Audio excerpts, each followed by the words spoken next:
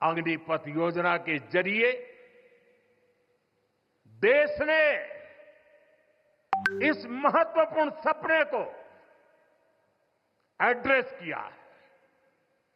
अग्निपथ का लक्ष्य सेनाओं को युवा बनाना है। अग्निपथ का लक्ष्य सेनाओं को युद्ध के लिए निरंतर योग्य बनाए रखना है। दुर्भाग्य से राष्ट्रीय सुरक्षा से जुड़े इतने संवेदनशील विषय को कुछ लोगों ने राजनीति का विषय बना दिया है।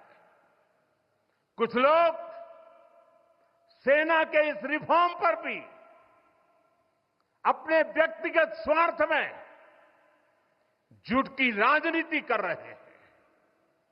ये वही लोग हैं जिन्होंने सेनाओं में हजारों करोड़ के घोटाले करके हमारी सेनाओं को कमजोर किया। ये वही लोग हैं जो चाहते थे कि एयरफोर्स को कभी आधुनिक फाइटर जेट न मिल पाए। ये वही लोग हैं जिन्होंने तेजस फाइटर प्लेन को भी डिब्बे में बंद करने की तैयारी कर ली थी। साथियों, सच्चाई ये है कि अग्निपथ योजना से देश की ताकत बढ़ेगी और देश का सामर्थ्यवान युवा भी मातृभूमि की सेवा के लिए आगे आएगा। प्राइवेट सेक्टर और पैरामिलिट्री फोर्सेस में भी अग्निवीरों को प्राथमिकता देने की घोषणाएं की है। मैं तो हैरान हूं, कुछ लोगों की समझ को क्या हुआ है, उनकी सोच को क्या हो चुका है।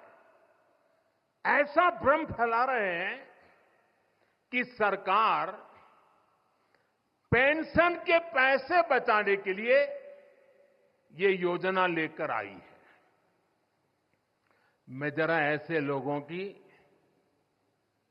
सोच से शर्म आती है, लेकिन मैं ऐसे लोगों से पूछना चाहता हूं, जरा कोई मुझे बताए, आज मोदी के शासनकाल में जो भर्ती होगा, क्या आज ही उसको पेंशन देना है क्या? उसको पेंशन देने की नौबत 30 साल के बाद आएगी और तब तो मोदी 105 साल का हुआ होगा और तब न भी मोदी की सरकार होगी। क्या मोदी जब 105 साल का होगा, 30 साल के बाद जो पेंशन बचेगा, उसके लिए मोदी ऐसा राजनीतिक है जो आज गाली खाएगा? क्या तर्क दे रहे हैं?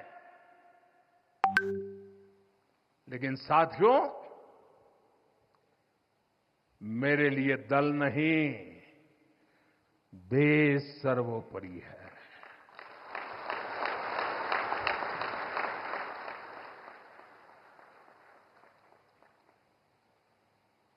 और साथियों, मैं आज गर्व से कहना चाहता हूं, सेनाओं द्वारा लिए गए इस फैसले का हमने सम्मान किया है। और जैसा मैंने पहले कहा, हम राजनीति के लिए नहीं, राष्ट्र नीति के लिए काम करते हैं। हमारे लिए राष्ट्र की सुरक्षा सर्वोपरि है। हमारे लिए 140 करोड़ की शांति ये सबसे पहले है। साथियों, जो लोग देश के युवाओं को गुमराह कर रहे हैं, उनका इतिहास साक्षी है कि उन्हें सैनिकों की कोई परवाह नहीं है। ये वही लोग हैं जिन्होंने एक मामूली रकम 500 करोड़ रुपए दिखा दिखाकर वन रैंक वन पेंशन पर झूठ बोला था। 500 करोड़। ये हमारी सरकार है जिसने वन रैंक वन पेंशन लागू किया। पूर्व सैनिकों को 1.25 लाख करोड़ रुपए से ज्यादा दिए गए। अब कहां 500 करोड़, कहां 1.25 लाख करोड़। इतना झूठ और देश के जवानों की आंख में धूल झोंकने का पाप। ये वही लोग हैं जिन्होंने आजादी के 7 दशक बाद भी सेना की मांग होने के बावजूद भी, देश के वीर सैनिकों के परिवारों की मांग होने के बाद भी हमारे शहीदों के लिए वॉर मेमोरियल नहीं बनाया। टालते गए, कमिटियां बनाते गए, नक्शे दिखाते गए। ये वही लोग हैं जिन्होंने सीमा पर तैनात हमारे जवानों को पर्याप्त बुलेट प्रूफ जैकेट्स भी नहीं दी थी। और साथियों, ये वही लोग हैं जो करगिल विजय दिवस को भी नजरअंदाज करते रहे। ये तो देश की कोटि कोटि जनता के आशीर्वाद है कि मुझे तीसरी बार सरकार बनाने का मौका मिला और इसलिए आज ये महत्वपूर्ण ऐतिहासिक घटना का हम पुण्य स्मरण कर पा रहे हैं। वरना अगर वही आ जाते तो इस युद्ध विजय की इस तारीख को याद नहीं करते।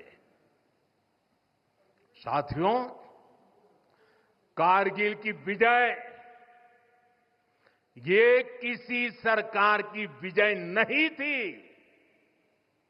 कारगिल की विजय ये किसी दल का विजय नहीं था। ये विजय देश की थी। ये विजय देश की विरासत है। ये देश के गर्व और स्वाभिमान का पर्व है। मैं एक बार फिर 140 करोड़ देशवासियों की तरफ से मेरे वीर जवानों को श्रद्धापूर्वक नमन करता हूं।